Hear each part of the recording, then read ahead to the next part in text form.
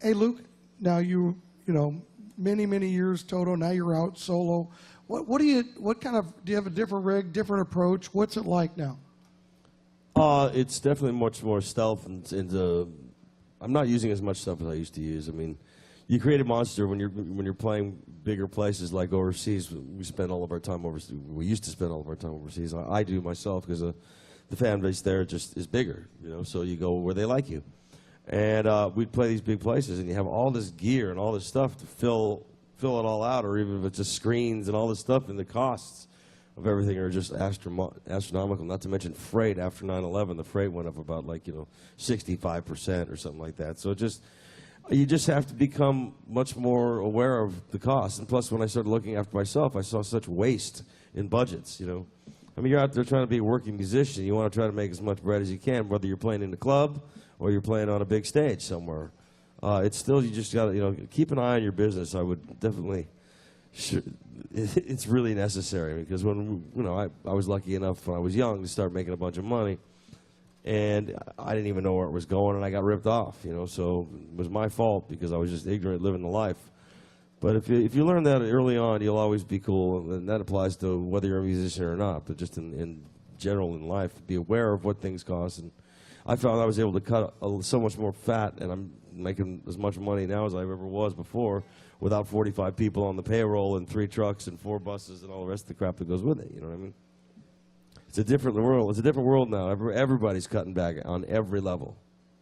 Unless, of course, you're on one of those Britney Spears tours where, if they took away all the show and unplugged the Pro Tools, it'd sound like somebody's first night in prison. Actually, breaking out of a rut is one of my favorite things to talk about, because all we really need as creative humans is a different perspective. The same way that all of us were like 2-year-old kids at one time, and we had all this incredible imagination, and we could envision anything.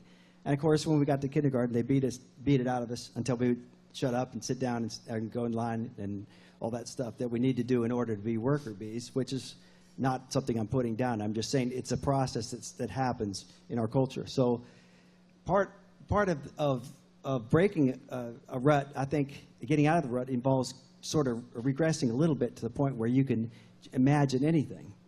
And a good way to start, if you need like a mechanical starting point, is try restricting yourself in some way so that different part of your brain has to work. So not the part of your brain that signals muscle memory.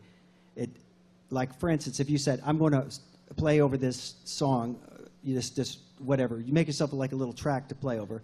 I'm going to play over this using the G and D strings only, the middle strings. And you'll be forced to go up and down the neck in playing different shapes. And you'll be thinking about it. Another thing to do would be to say, all right, I'm going to change tuning, or I'm going to play on acoustic guitar, which involves a different technique, or play fingerstyle, or pick up a different instrument, like playing bass or something. Also, changing tunings is a great way to force yourself to envision the melody that you want to hear, because you can't just play it with your fingers. You're going to have to think about it.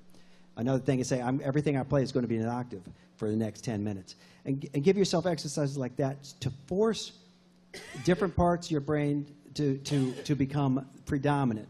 And the key thing is breaking muscle memory and breaking, just simply the habits. And they're not bad habits, the ones that you feel like you're in a rut, because generally you're going to find yourself being the worst critic. Is like you know what you're going to play almost. So you're saying, I want to play something different. I want to surprise myself. Well, that's the way to do it, is challenge yourself in different ways, and be that person, in a bigger sense, be that person you were when you're 2 years old, where you could imagine anything, and simply make it happen. Use your adult skills to make that happen.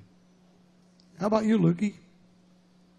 I find listening to music that you don't normally play yourself, style-wise. I listen to a lot of acoustic, old jazz, Miles stuff, and Ray Charles stuff when we're on the bus. We generally don't listen to loud music after a show or something like that. You want something, to groove on. And like perfect examples, you just gave me an iPod full of unbelievably cool Buddy Emmons stuff and just go back through history, and there's some absolutely stunning, amazing players doing things, Danny Gatton and people like that. You just kind of go, wow, man, these guys are really something else. And that can inspire you. It may not be your daily way to how you would play, but you'd be surprised. You cop a couple of licks, and it'll sneak into your vocabulary. And I guess the key to opening up new ideas is it's like a foreign language. Music is like a foreign language. And the more different languages you know, the smarter the brain gets, and then you'll be able to kind of morph into whatever situation it is. Even if you're in a death metal band, you can still do it. I mean, look at John Five. That guy's a great country guitar player. You know what I mean? It's like, he's into that, but you never judge a book by its cover. You know what I mean? Look at me. I'd like to add one more thing, too, is that if you're, like I said, this is a big subject and something that every musician is wondering about, and struggling to break out of things. If you've never gotten used to playing in phrases, try this as a simple exercise. At the end of every 2 bars, take a break, take a breath,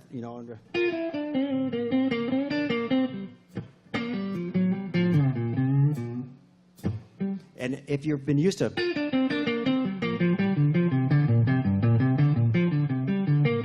it'll suddenly make you seem like a genius because you're playing phrases. Just simply take a breath every 2 bars. And that's it's restricting yourself so that you can grow. Luke, how about you in soloing? A good key for soloing for you? Play as fast as you can at all times. But not a bit faster. All right. Did you just hear that lick I just played? I got it. It's so stealth. It's the speed of light now. No, it is kind of, as guitar players, we all have a tendency to ham it up occasionally, and I'm as guilty as anybody else. But the key is, it's also to look at it from the standpoint of, how long could you blow all the air out of your lungs without taking a breath? Now, Steve's giving you the way to get used to the ideas every 2 bars, but depending on what level you're at, is to, just kind of don't forget to breathe. And that's my old horn player stuff. Yeah, honestly, I love the harmonic stuff that you do, that pedal steel stuff. I mean, I've never heard anybody do anything like that. How beautifully you make that sound. It sings, and it just sounds like the chords are bigger than they are. I mean, I don't know if are you using the up the 5th? Could you maybe just show me where that's at? Because I want to steal it from you. Well, it's basically inverting between 2 and 3 notes. For instance, like if you play a G, you got root 3rd, 5th. If you bring the root up an octave, the bottom note is now the top note.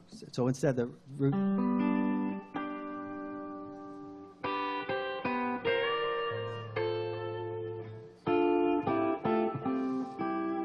so the melody is now the bottom note that I'm playing. So,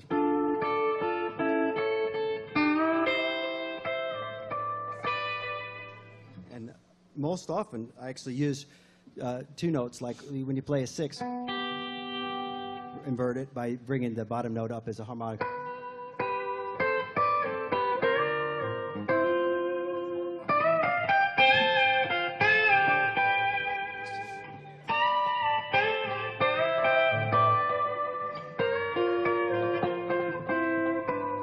So I play typical pedal steel stuff with the bottom note It's up. beautiful the way you play that, man. It's really great, huh? Thank you. Let's just. Now you realize you just gave that secret away to millions of people right now. It's not a secret. Lenny Bro knew all this stuff before.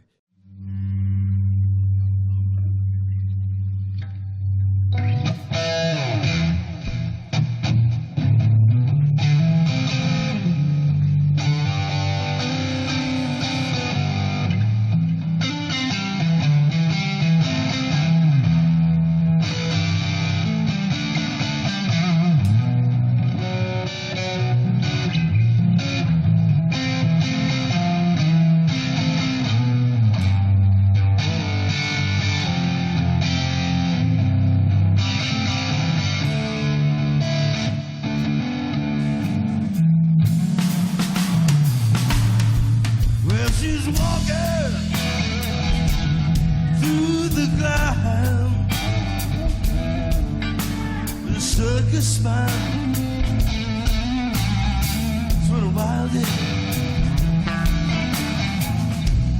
Butterflies on zebras and moonbeams. It's every tale. So sing this one. Rock with the wind.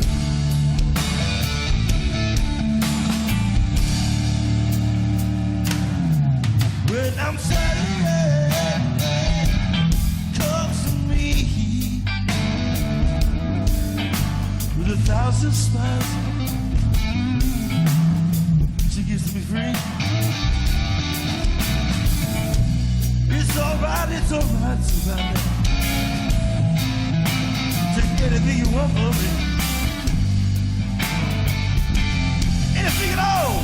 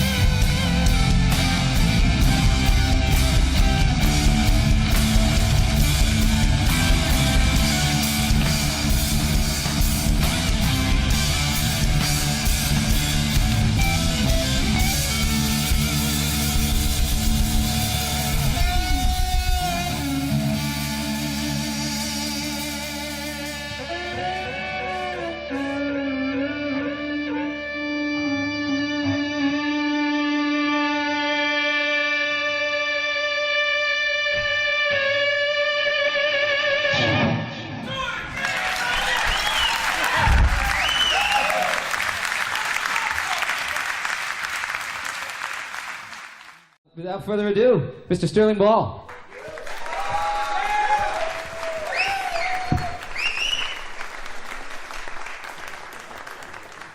Hello, kids.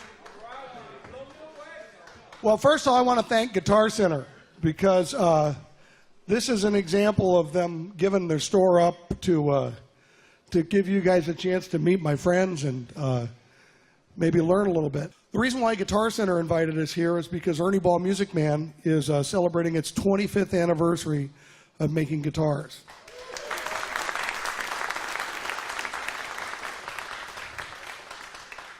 Which is all kind of a blur to me because I started in high school beta testing for the Stingray bass with Leo Fender. And since my dad was a Fender endorsee from 1948, my dad, Ernie Ball, rest in peace, I grew up around the Fender factory and around Leo, so it really wasn't kind of a big deal. It was like Uncle Leo. And Leo had sold Fender in 1965 because he thought he was terminally ill. And he signed a 10-year non-compete contract, which was no big deal because he thought he'd be dead. And so the first lesson I'm going to teach you is if somebody tells you you're terminally ill, get a second opinion. Because Leo got a second opinion, and meanwhile, there's only two things Leo liked to do. He liked to build a Stevens boat, and he liked to make guitars. And so he got healthy. And so what Fender did, or CBS that bought Fender, what they did was they decided that all of the guys that were from Fender, these organic guys, the head of production was a country bass player, Forrest White, and they had decided that whereas these guys had taken it to a certain level to really get it better, they need to get people who were experienced in things like production. And there's a whole bunch of things about pre and post CBS, and one of the biggest things was they replaced Forrest White, who was the head of production, and they replaced him with the head of production for Waste King garbage disposals. And, they made some nice guitars after that. They still make great guitars, but it was just an idea. So the Cast-Off started this company called Music Man in secret. They actually called it Musitech. I was sneaking up in high school working with Leo on this bass. A lot of people don't realize one of the things about Leo Fender that was really interesting was that he was extremely hard of hearing. So when the Stingray bass came out, it was so bright, and it happened to come out when people started slapping like Louis Johnson. It didn't come out bright because he thought that was cool. It came out bright because he could hear it. When you go into his lab, he would take a screwdriver and put it on the big stainless steel bridge rollers, hit the E string, and make you put the other end of the screwdriver on the cartilage of your ear so you could feel it vibrate. Anyway, I didn't know any different. I'm working with Leo. The bass comes out, and they end up having a falling out, the old guys. And so Music Man was going to be sold to the Japanese, and I went to my dad and said, "Hey, Dad, I think we can make a great American guitar. I think we can make one." This is the mid-'80s, and this is when it was, airbrushed girls and headstocks that would break strings, which was good on one side of our business. And not really. We don't ever want them to break. So anyway, just kind of dumb, I went into it. And my dad wasn't involved in it, but he did buy it from the bank. And I never really thought that I was going to come along with a guy named Dudley Gimple, who you guys may not know about, but every one of the Music Man instruments I've designed with Dudley. It's a partnership that we've never had an argument, never had a crossword. And I think Dudley is, if there was anybody that's the next Leo Fender, it's Dudley Gimple. And some of the guys over here can attest to that. Jay, Dudley is a genius. And he's happy working in the workbench just like Leo. Why 25 years is important is there's only 4 companies on the wall here that have lasted 25 years. It actually is an important milestone. And where we didn't do anything anywhere near what Leo did, the fact is we've actually made guitars longer than Leo. So we didn't win anything because we didn't do Stratocaster or P-Bass or anything, but the fact that we're still here, and a lot of it is because of the customers, because of Guitar Center support, and because of the artists we have. So I'm going to bring the artists up, and we're going to do some talking and some playing now. I want to tell you that we're an American company. We're a family-owned company. We're a living wage company. So if we can't make it and pay everybody in our factory a living wage, we feed 275 people a 3-course meal. We have a conscience, and it makes it so it's sometimes harder to compete because of some of the things we do, and they're actually really things we do. From the family aspect, none of the artists you see with us, from John Petrucci to Steve Morse to Steve Lukather, have a contract. I never thought that having a contract with somebody was a good reason to keep them playing your guitar.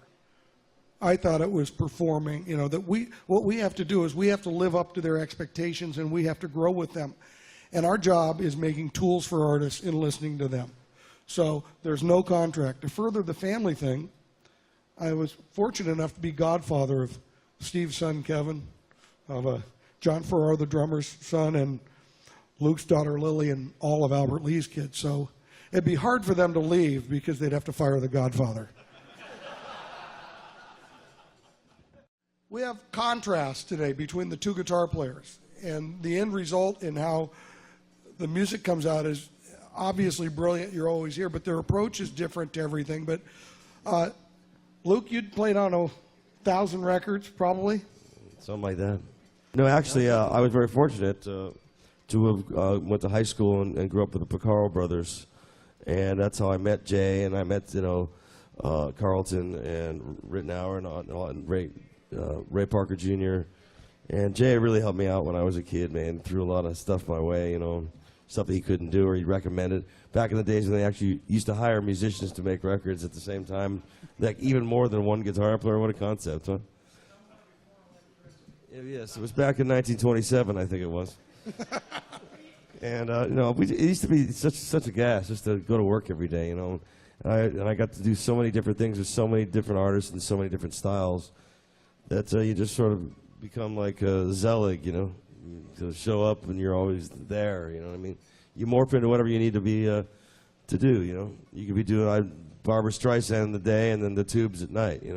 Musically, it could be very interesting in one day. I've managed to keep a long career because I have some really horrible pictures of all the really famous studio players, so they can't talk about me anymore. Steve's played in classical guitar in Carnegie Hall and played all over the world, and just did a thing a couple weeks ago in Poland that was pretty fun. Oh yeah, it's the highlight of my musical. No, it was just a fun thing that we had the Guinness Book of World Records for the most guitar players playing together, and it of course happened to be Smoke on the Water, but we had 6,000 guitarists. Oh, you guys know that? That's weird.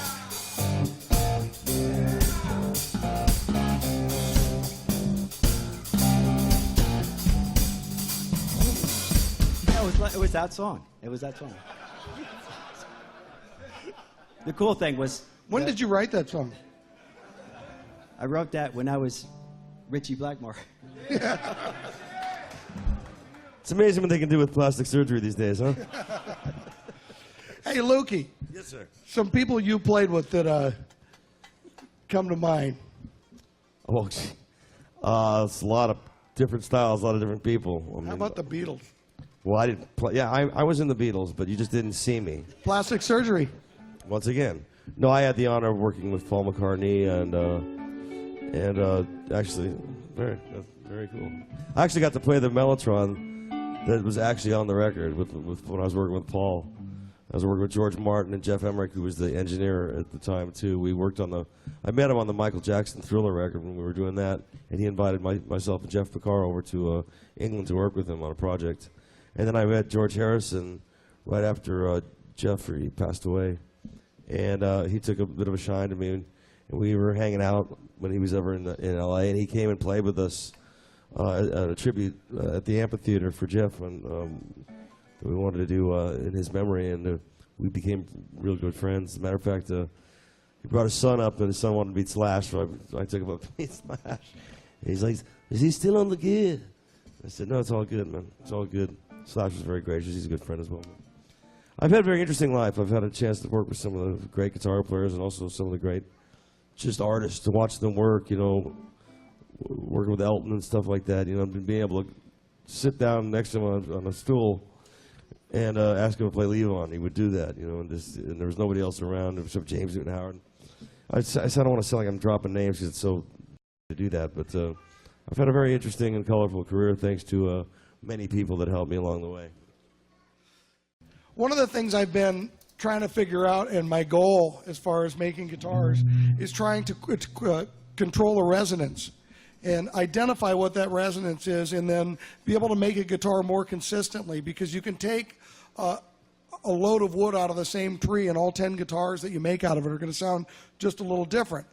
And then wood has become really, really hard to get in, good wood, and especially as some of the things like the exotic rosewoods and stuff get harder to get. With like maple, we're competing with the car industry.